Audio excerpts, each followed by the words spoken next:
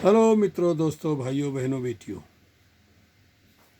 जीवन के कुछ गहन गूढ़ रहस्य आप कभी नहीं समझ पाएंगे। जैसे 5वीं तक स्लेट की बत्ती को जीभ से चाटकर कैल्शियम की कमी पूरी करना हमारी अस्थाई आदत थी, लेकिन इसमें पाप बोध भी था कि कहीं विद्या माता नाराज ना हो जाए। ये बात है 70 साल पहले की। पढ़ाई का तनाव हमने पेंसिल का पिछला हिस्सा चबाकर मिटाया था। पुस्तक के बीच पौधे की पत्ती और मोर पंख रखने से विद्या आएगी, ऐसा हमारा दृढ़ विश्वास था। कपड़े के थैले में किताब कापियां जमाने का विन्यास हमारा रचनात्मक कौशल था। हर साल जब नई कक्षा के बस्ते बनते, तब कापी किताबों पर जिल्द चढ़ाना हमारा जीवन का वार्षिक उत्सव था। माता पिता को हमारी पढ़ाई की कोई फिक्र नहीं थी, न हमारी पढ़ाई उनकी जेब पर बोझ थी।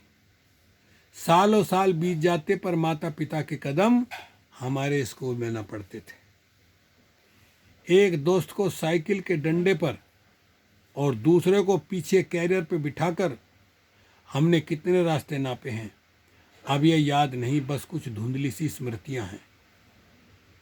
स्कूल में पिटते हुए और मुर्गा बनते हमारा ईगो हमेशा कभी परेशान नहीं करता था।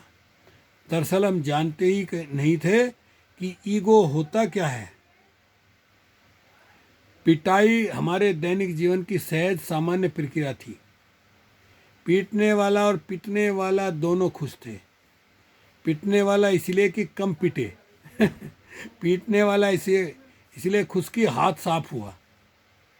हम अपने माता पिता को कभी नहीं बता पाए कि हम उन्हें कितना प्यार करते हैं, क्योंकि हमें आई लव यू कहना नहीं आता था।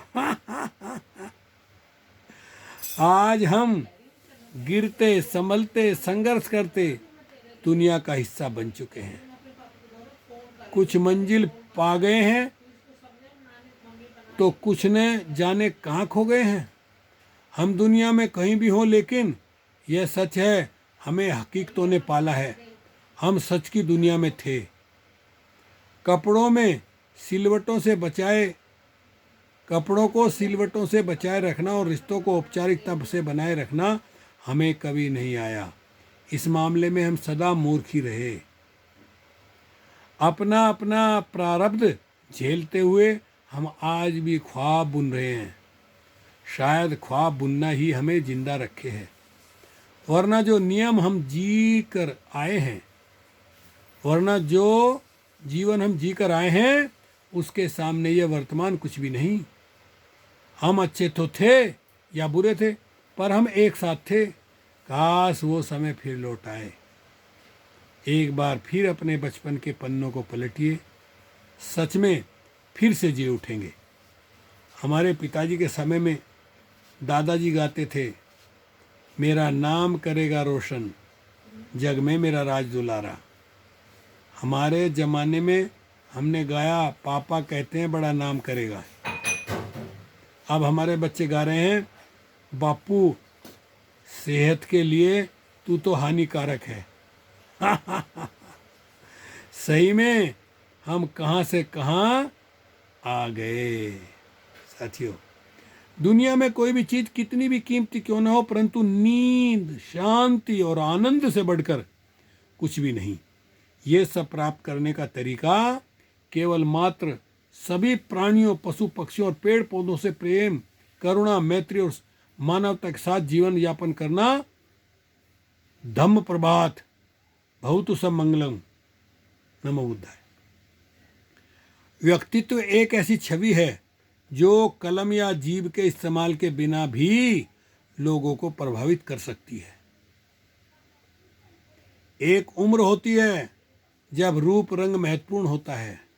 एक उम्र होती है जब विचार महत्वपूर्ण होते हैं।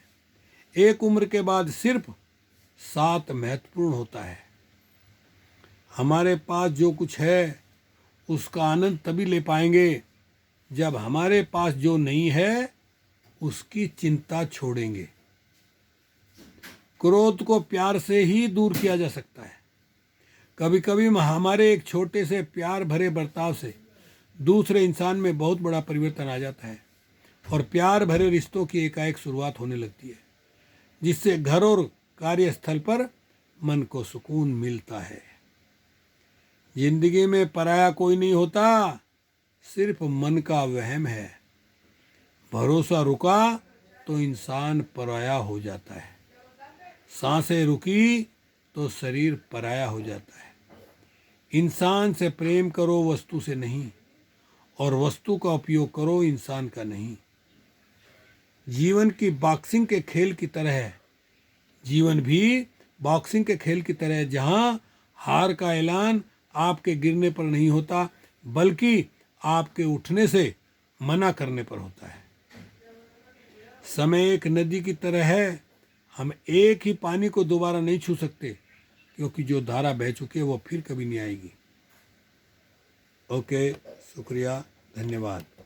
मेरा नाम सत्यपाल बोध, मैं साउथ अमेरिका के देश बोलिविया में और ऐसी वीडियो बना रहा हूँ जिससे अज्ञानता और अंधविश्वास का हो पर्दाफाश। ओके, शुक्रिया, धन्यवाद।